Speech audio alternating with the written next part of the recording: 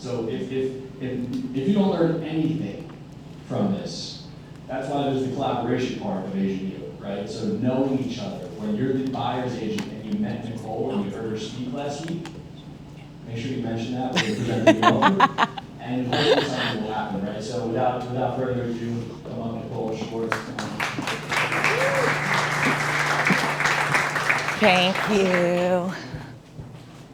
We got this? What do I press to switch it? This? The little arrow? Exit? Oh, okay. Got it.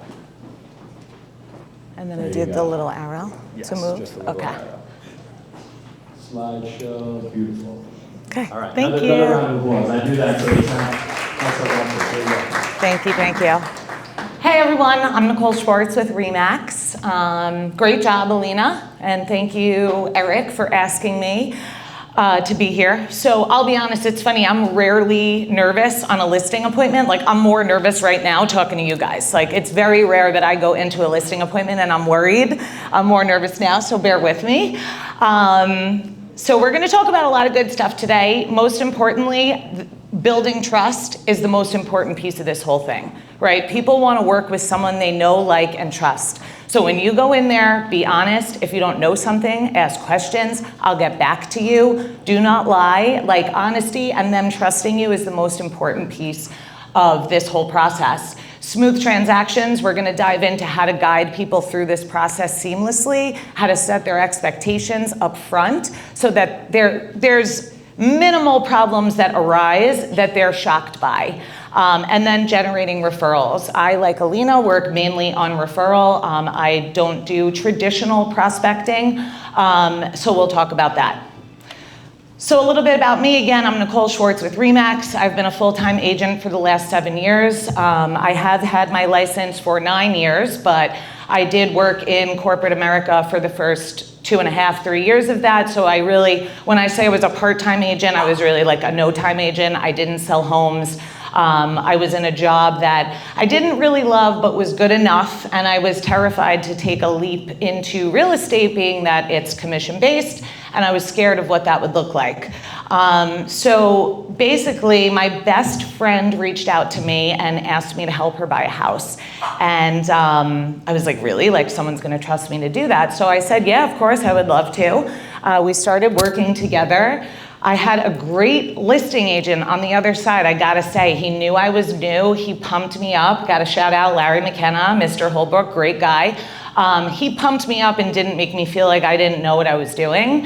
He actually asked me to join his team, and I was like, I don't think I'm a team person, but he gave me so much encouragement that when I closed on her sale and I got that commission check, I was like, what am I doing in corporate America? Like, if I put as much effort into real estate as I put into my 9-to-5 desk job, like, I can make as much money as I wanna make. It's as hard as I wanna work. So I quit my job. But I did have money saved. I didn't quit, and I wasn't irresponsible. I had some money saved, and I told myself that I would give myself 1 year to replace my corporate salary, and if I could not do that, I would go back to corporate America. And the first year I almost tripled it because I doubled down. I reached out to agents who were already successful. I asked them to coffee, and I really copied what they did. So that's how I'm here. Last year I worked with 36 sellers and 21 buyers. And so far this year I have worked with, or am working with, 25 sellers and 19 buyers. So how I generate business. Actually, wait, I'm sorry, I want to backtrack. Why I still work with buyers, because I know a lot of people are probably thinking, I eventually just want to be a listing agent, right? Like Alina said, being a buyer's agent is a lot more physical work. You're driving, you're going from the end of the earth, you know, late night phone calls, anxiety, you gotta get back to them right away because this listing just popped up 2 minutes ago and it's gonna sell tomorrow. So there's a different stress from sellers and buyers. Sellers are stressful too, but in a different way. But why I feel it's important to continue working with buyers is really twofold. When I'm on a listing appointment, I make it a point to tell my sellers that I still actively work with multiple buyers and why. So I understand the buyer psyche, what they're seeing with market changes, how they're reacting to overpriced listings. Like, there's a lot of stuff you get from your buyers that you can use on your listing appointment to show why you're the best fit to help them sell their home. The other piece of that is that buyers eventually sell, and they know people who want to sell. So if you treat them right, they're going to share you with their friends and family. And the first listing that I had when I was a full-time realtor, it was a $350,000 listing. This guy called me off of Zillow. He wanted to come see it. Him and his wife came to the open house, and they didn't like my listing, but they begged me for help. They're like, we are calling agents off Zillow, and no one wants to help us because their budget was low, and it's a tough budget. I had like one other client, so I'm like, I have the time. So I took them on. It was almost a year later, I sold them like a $280,000 house. I maybe made $4,000 after my commission split, so like hourly, I really didn't make anything after all the time I spent with them. But the point of the story is, they were so happy with me. We're still friends. We go to dinner. This was 7 years ago. We're still friends. They, 6 months later, referred me a $1.5 million seller. 2 months after that, a $750,000 buyer, and then that buyer just bought a second investment property with me. So I've sold 3 homes from this one client that no one else wanted to help. So that's why I still work with buyers.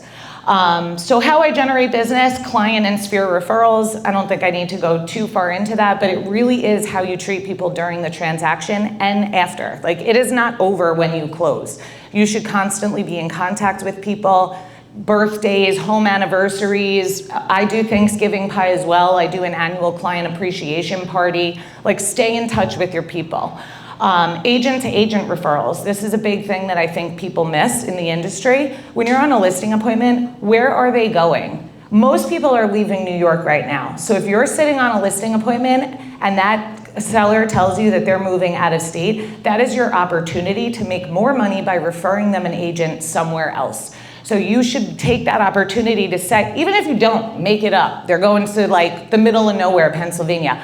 I know an awesome agent there. I'm gonna get you in touch with them. It'll make your process a lot more seamless if we work together from getting you from here to there, because our processes work extremely different than any other state.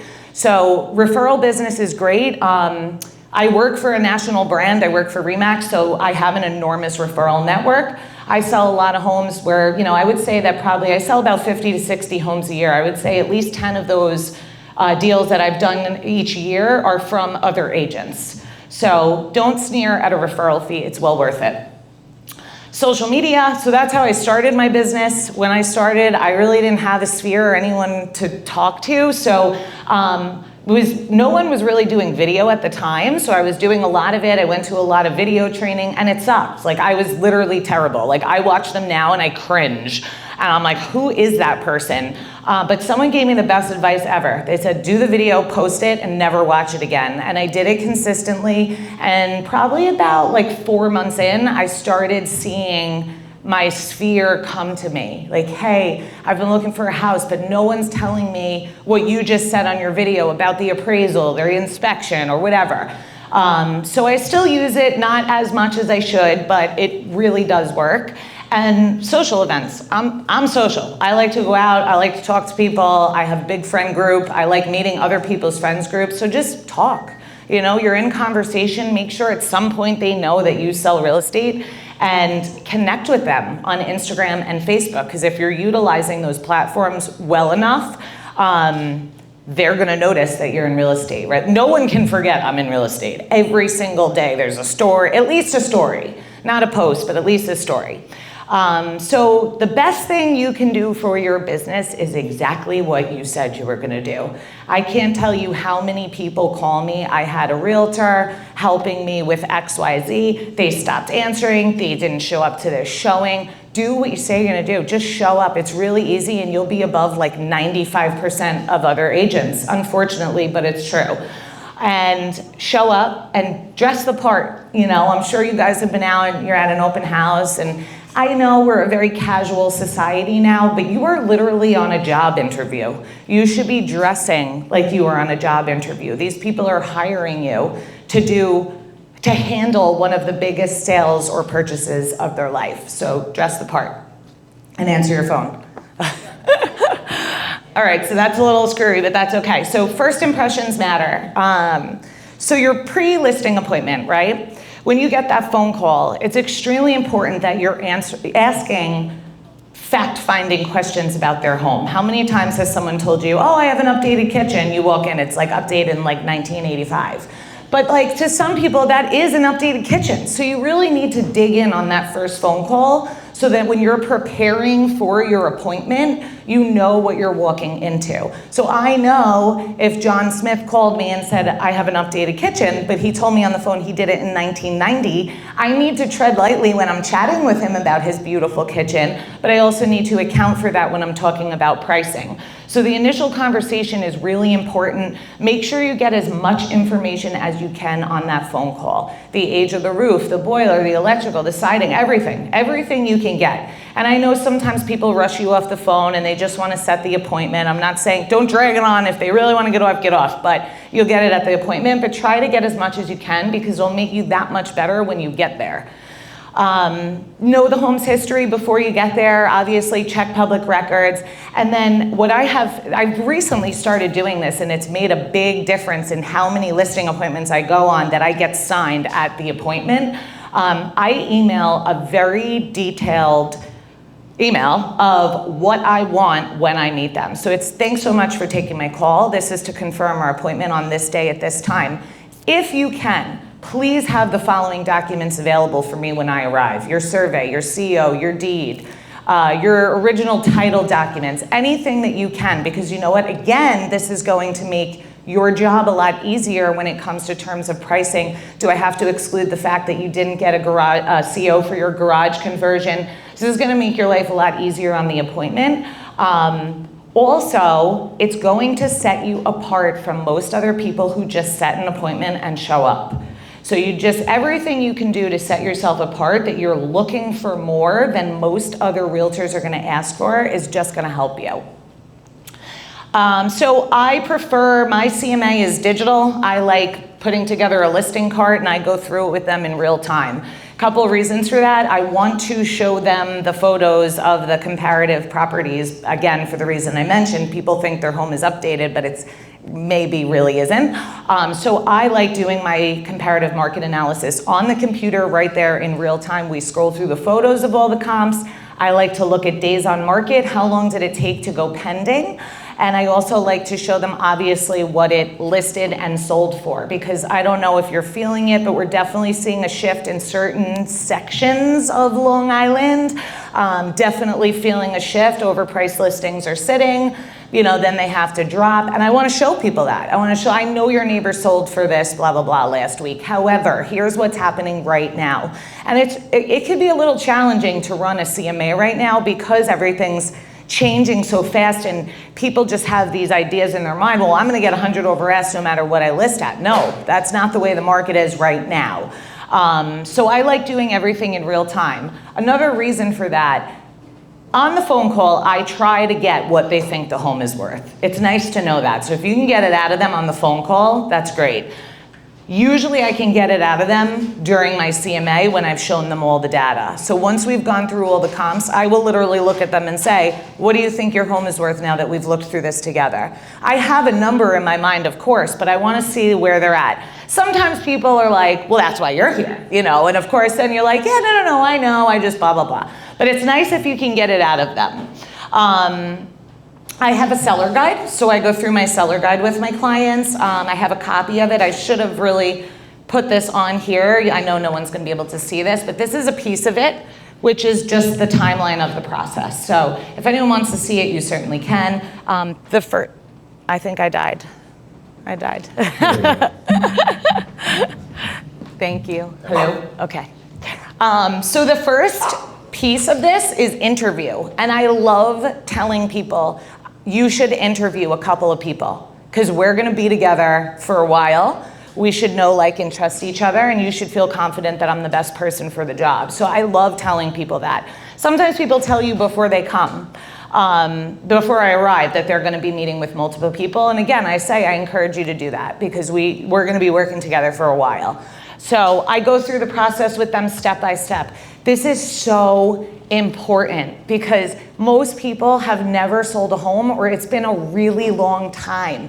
This is part of setting their expectations of what things are going to look like as we walk through this process. It's part of setting their expectation on a timeline, and you get to really make sure they understand here's what's going to happen when and why. So it's really important that you go through that timeline with them.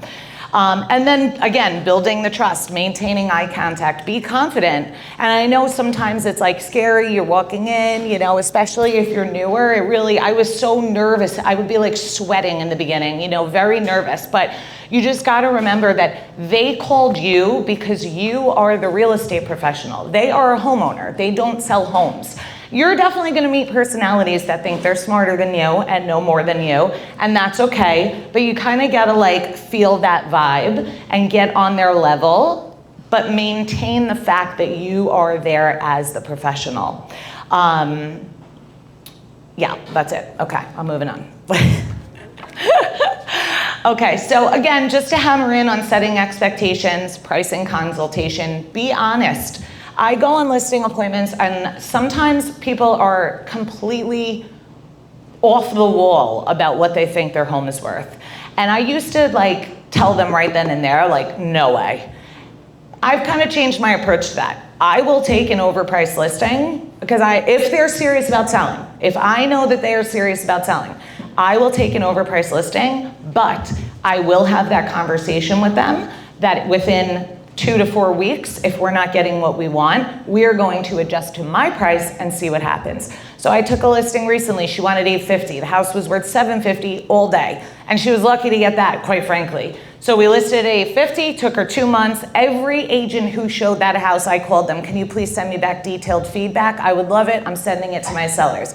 Eventually, 2 months in, we got to $750, we had 3 offers, we sold in 2 days. So you just have to set that expectation early. If someone is like, I don't really need to sell and blah, blah, blah, and you could sense that like they're probably never gonna get there and they're just kind of testing the market and you think it's a waste of your time, maybe you don't want to, but you know, I think that eventually you get people there if they really have a motivation to sell. The timeline discussion, again, I've seen listings sitting a little bit longer. So most people are like, oh, it's the first weekend, we're gonna have 50 offers after the open house, right? Maybe, maybe not, but you want to say that right away. Like if you feel like you know, yeah, this is a hot area, we're definitely going to be there, okay, but I've seen some weird stuff go on lately and some listings that I really thought would go immediately, and they're not. So I'm having that discussion with my clients up front. Hey, this could be 2-3 weeks. Another thing I've been seeing, buyers are making offers on multiple properties at once. So I've been telling my sellers, don't be surprised if you accept 2 to 3 offers before you find your real buyer. Because a lot of buyers are throwing out multiple offers, they might get 2, and then they don't go with us. So I'm telling my sellers that again up front, setting expectations so they're not shocked and they're not blaming me. Because trust me, when something goes wrong, you're totally getting blamed, is the realtor. Potential challenges, inspection findings, all that kind of good stuff. I mean, listen, I feel like most buyers are still not trying to negotiate too much, but you know, I'm seeing it a little more again. People are getting a little more comfortable saying, hey, my offer is $80,000 over ask and there's a leak in the basement sink, I would like it fixed. So I am telling my clients to be prepared and to be open, because again, this is a lot of stuff that I think people are so set on like, everything's sold as is, I don't care, everyone's gonna take it or leave it and I'll just move on to the next guy, but the buyers aren't there anymore. So you have to really set that expectation up front that we may be talking about some minor inspection issues, be open to it if it's a really good offer. Like, let's all be good people. So yeah, setting expectations. Preparing the home for market. So staging is something that like sometimes I do, sometimes I don't. It really depends. Sometimes I offer them virtual staging. If it's an empty home, I just feel like it looks better. But a lot of times I will tell my clients, hey, you need to declutter this or move that. You don't need to spend $5,000 to $10,000 staging a property. You can usually work with what the sellers have. And sometimes I'll bring my own stuff, my own tablecloth or flower things, you know, so, some things like that. It does make sense. Strategic repairs, again, this kind of goes back to the inspection fixes and stuff, if they know of something, I don't want to know your material defects. Honestly, I tell my sellers that, because if I know about your material defects, guess what? I legally have to disclose it to your buyer, so don't tell me. If you know you have a couple things that are going to pop up in your home inspection, fix it before we get there. Visual marketing, always hire a professional photographer. This goes without saying.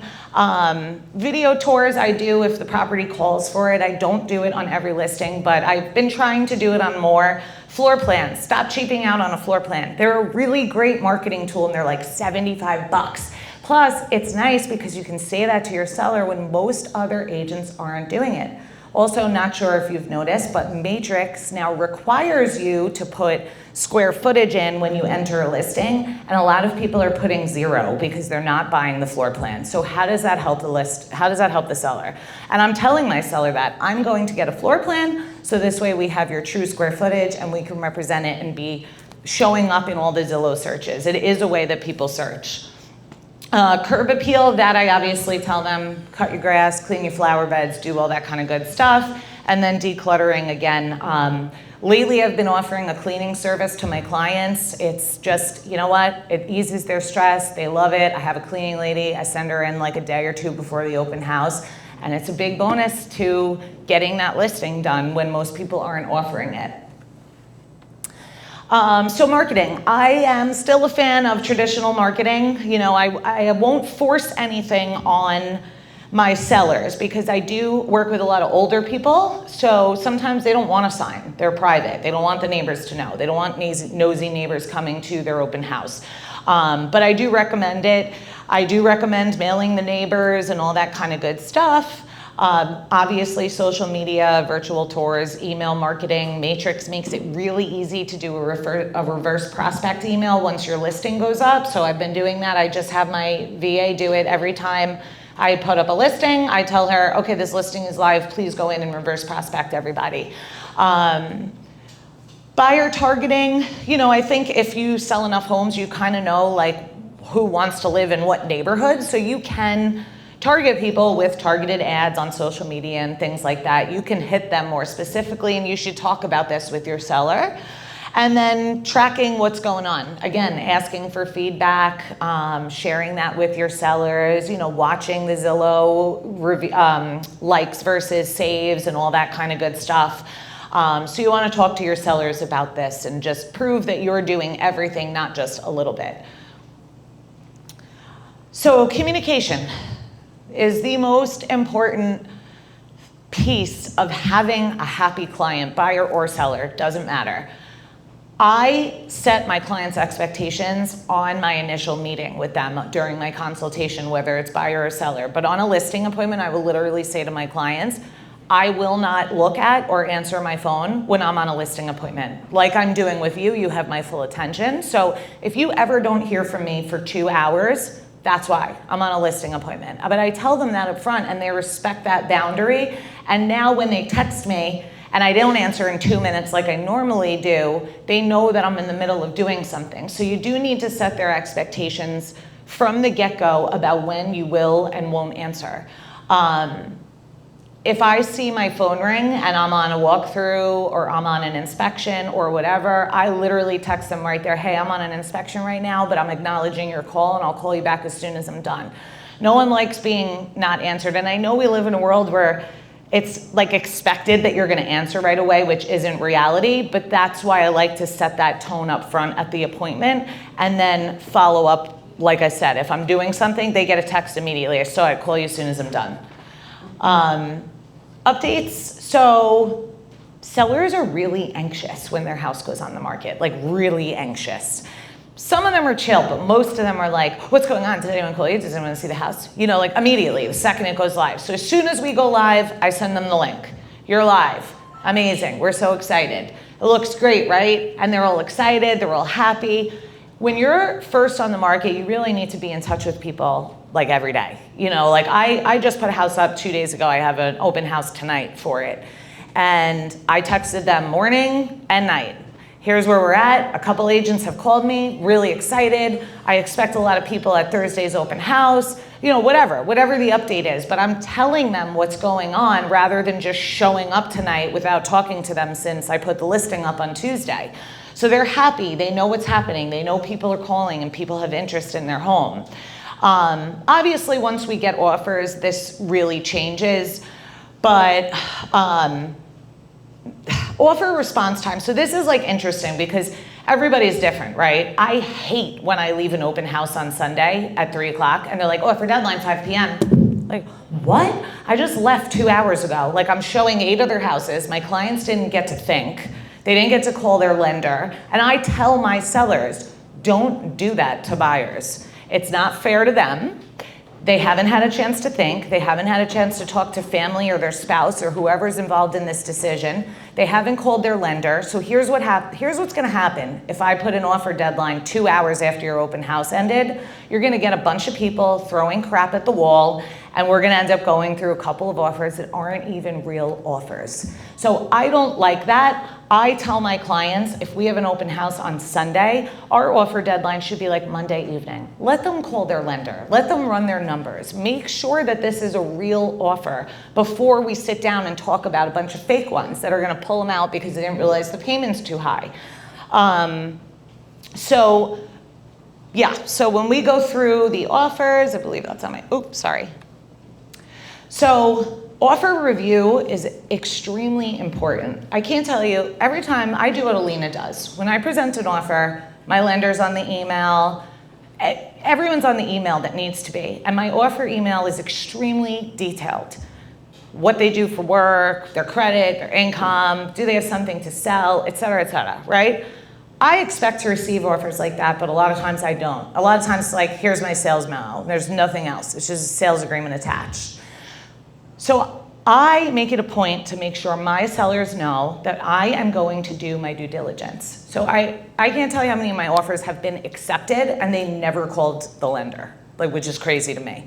So I tell my sellers, here's what I'm gonna do when offers start coming in. I'm gonna make sure that we have all supporting documentation that we need to make sure this is a true and solid offer. I am going to call every lender and vet that buyer and make sure, because you can go online right now and be like, hey, I make $100 grand a year, I want a pre-approval, and it'll spit one out for you.